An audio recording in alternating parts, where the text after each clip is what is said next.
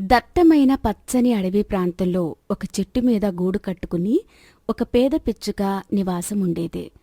అదే అడవిలో పూసే పూలను కోసుకొచ్చి మిగతా పక్షులకు అమ్ముతూ అలా వచ్చిన డబ్బులతో జీవనం సాగిస్తూ ఉంటుంది. రోజులాగే ఆ రోజు పూర్తిగా తెల్లారకముందే నిద్రలేచిన పిచ్చుక తన గూటిలో నుంచి సెలయేరు దగ్గరికి వస్తుంది. అందులో 3 సార్లు మునిగి తేలుతుంది. స్నానమయింది, ఇక పూజ చేసుకుని పూల కోసం అడవికి వెళ్ళాలి అనుకుని ఒక సెలయేరు దగ్గర నుంచి తన గూటిలోకి వస్తుంది. చిన్నపాటి అద్దంలో చూసుకుని బొట్టు పెట్టుకుంటుంది. అక్కడి నుంచి పూజ చేసుకునే చోటుకి వచ్చి అక్కడ ఉన్న అమ్మవారికి దండం పెట్టుకుని దీపారాధన చేస్తుంది. అమ్మా, ఎక్కడి నుంచి ఎలాంటి ఆపద రాకుండా చూడు తల్లి. నేనెప్పుడు నీ నామస్మరణ చేసుకుంటూ ఉంటాను తల్లి. ఈ రోజు కూడా బుట్ట నిండుగా పూలు దొరకాలని దీవించు తల్లి అని మరోసారి వేడుకుని పూలబుట్ట తీసుకుని తన గూటి నుంచి బయలుదేరి ఆ అడవిలో పూలు దొరికే చోటుకి వెళ్తుంది. అక్కడ ఆ రోజు చాలా పూలు పూసి ఉంటాయి. చూడడానికి ఆ చోటు ఆ రోజు పేద పిచ్చుకకి భలే ముద్దుగా ముచ్చటగా అనిపించింది. ఆ పూలను చూసి సంతోషపడుతూ, అబ్బా, ఏ కల్తీ లేని స్వచ్ఛమైన మీ నవ్వుల్ని చూస్తున్నందుకు, ఆ నవ్వులతో నా బతుకును మొదలు పెడుతున్నందుకు నేనెంతో అదృష్టవంతురాలనని అనుకుంటున్నాను. మీతో ఈ స్నేహం నేను బతికినంత కాలం నాకు ఇలాగే ఉంటే చాలు అని మాటల్లో చెప్పలేనంత సంతోషంతో అక్కడ ఉన్న పూలను కోసుకుంటూ బుట్టలో వేసుకుంటూ ముందుకు వెళ్తున్న పిచ్చుకకు ఉన్నట్టుండి ఏడుపు వినబడుతూ ఉంటుంది. సడన్గా తలెత్తి దిక్కులు చూస్తుంది. ఎవరూ ఆ చుట్టుపక్కల కనబడరు. అయోమయంగా ఉంటుంది పిచ్చుకకు. అంతా నా భ్రమ అయ్యుంటుంది. అయినా ఈ పూలున్న చోటు నాకు తప్ప మరే ఇతర పక్షికి తెలీదు.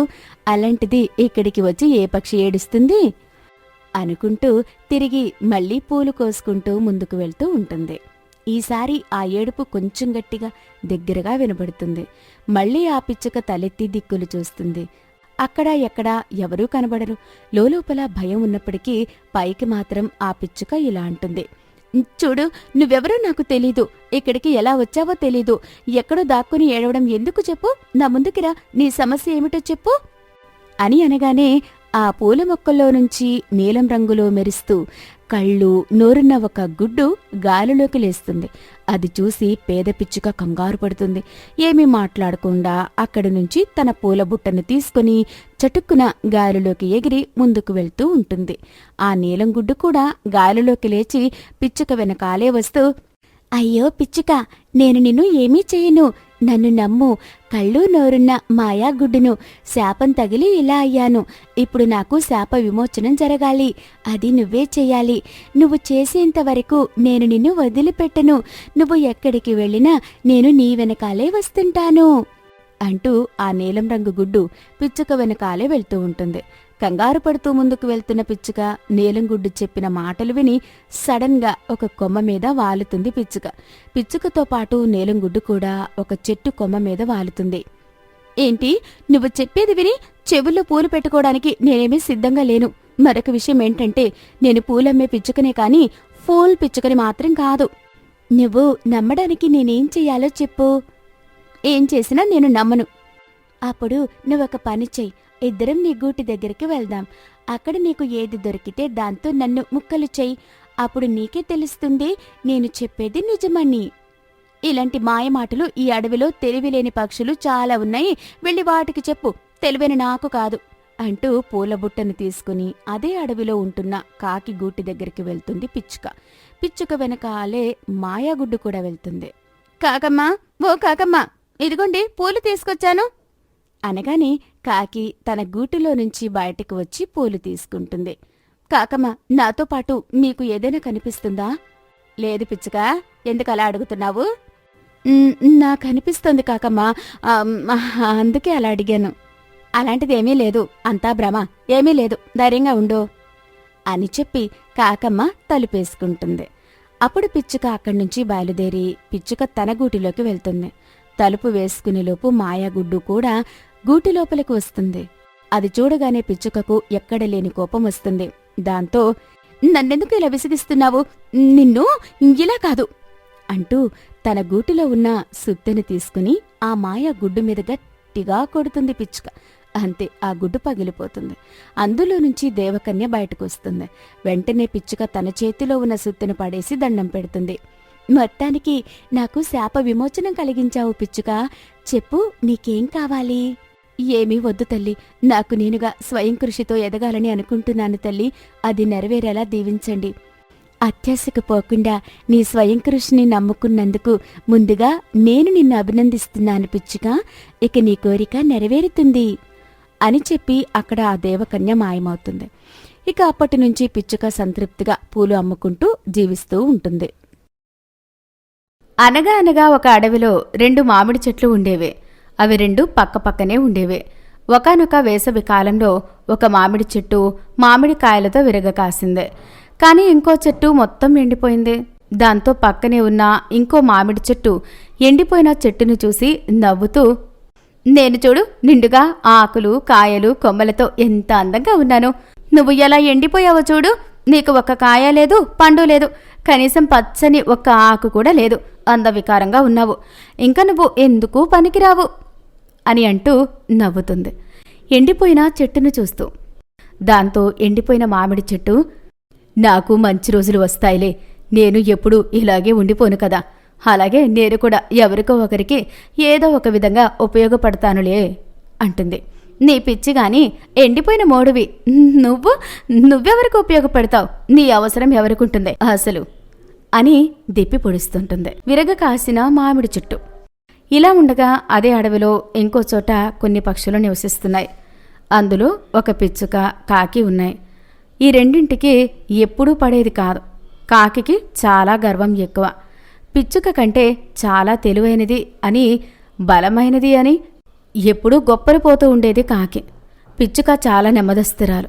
అందువల్ల కాకితో వాదించడం మానేసి నిశ్శబ్దంగా తన పని తాను చేసుకుంటూ ఉండేది.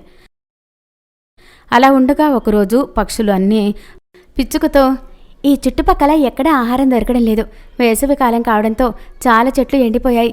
కాబట్టి ఎక్కడైనా ఆహారం దొరుకుతుందేమో చూసిరా. అలాంటి చోటు దొరికితే మనమందరం అక్కడికి వెళ్ళిపోదాం అని అంటాయి. అలాగే అని చెప్పి పిచ్చుక బయలుదేరుతుంది. ఇదంతా దూరంగా ఉండి వింటున్న కాకి, నేను కూడా వెళ్ళి ఆహారం వెతుకుతాను అనుకుని పిచ్చుక వెనకే బయలుదేరుతుంది. అలా కాసేపటికి అనుకోకుండా 2 ఒక్కసారి నిండుగా మామిడి పళ్ళున్న చెట్టును చూస్తాయి. కాకి వేగంగా అక్కడికి వచ్చి మామిడి పళ్ళున్న చెట్టుపైన వాలి, ముందుగా ఈ చెట్టుని చూసింది నేనే, కాబట్టి ఈ చెట్టు మొత్తం నాకే సొంతం. నీకు ఈ చెట్టు పళ్ళు తినే హక్కు లేదు. ఈ తీయటి మామిడి పళ్ళు అన్నీ నాకే సొంతం అని అంటుంది కాకి. పిచ్చుక కాకితో వాదించలేక, సరేలే, ఈ చుట్టుపక్కల ఇంకా చాలా చెట్లు ఉన్నాయి, వాటికి పళ్ళు ఉన్నాయి, నేను వాటిని తిని బ్రతుకుతా అంటుంది. మరుసటి రోజు కాకి తన వాళ్లందరినీ తీసుకుని వచ్చి మామిడి చెట్టు మొత్తాన్ని వేరే పక్షులు రాకుండా ఆక్రమించుకొని మామిడి పళ్ళన్నీ తింటూ ఉంటాయి. పిచ్చుక కూడా తన వాళ్లందరినీ ఆ చోటుకు తీసుకుని వస్తుంది. అక్కడే ఉన్న వేరే ఆహారం తింటూ ఉంటాయి. ఒకరోజు కాకులు అన్నీ గూళ్ళు కట్టుకోవాలి అనుకుంటాయి. అప్పుడు గూళ్ళు కట్టుకోవడానికి పక్కనే ఉన్న ఎండిపోయిన మామిడి చెట్టుని కొట్టి ఆ కట్టెలతో గూళ్ళు కట్టుకోవాలి అని కాకి గొడ్డలి తీసుకుని వస్తుంది. అప్పుడు పిచ్చుక, ఈ చెట్టు నాది, మొదటిగా ఈ చెట్టుని చూసింది నేను, ఈ చెట్టుని కొట్టడానికి వీల్లేదు అని అడ్డుపడుతుంది. దాంతో కాకి, నీకు ఏమైనా పిచ్చా? ఎండిపోయిన ఈ చెట్టుని నువ్వేం చేసుకుంటావు? తప్పుకో అని అంటుంది.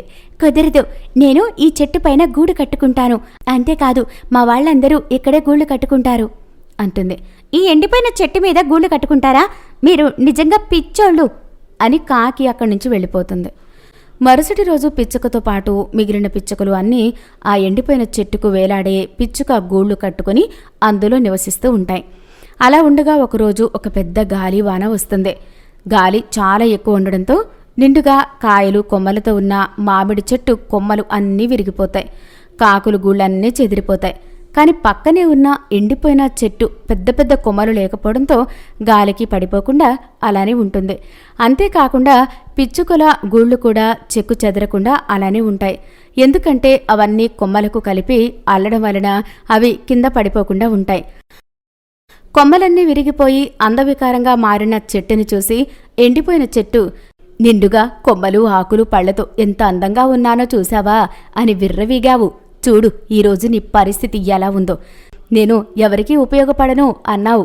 కానీ ఈరోజు నా మీద ఉన్న ఈ పిచ్చుక గూళ్ళు అన్నీ ఎలా ఉన్నాయో అలానే ఉన్నాయి. నిన్ను నమ్ముకున్న ఆ కాకులన్నీ గూళ్ళు కూలిపోయి ఎలా చెల్లా చెదిరైపోయాయో చూడు అంది. దాంతో కొమ్మలన్నీ విరిగిపోయిన మామిడి చెట్టు ఏమీ అనలేక అలా నిశ్శబ్దంగా ఉండిపోయింది. ఆ తర్వాత పిచ్చుకలన్నీ ఎండిపోయిన చెట్టు బాధని అర్థం చేసుకుని రోజూ వాటికి నీళ్లు పోయడం మొదలుపెట్టాయి. దాంతో కొన్నాళ్లకు ఆ ఎండిపోయిన మామిడి చెట్టు కూడా కొమ్మలు ఆకులతో నిండుగా తయారైంది. పిచ్చుకలన్నిటికీ ఆ చెట్టు ధన్యవాదాలు చెప్పింది.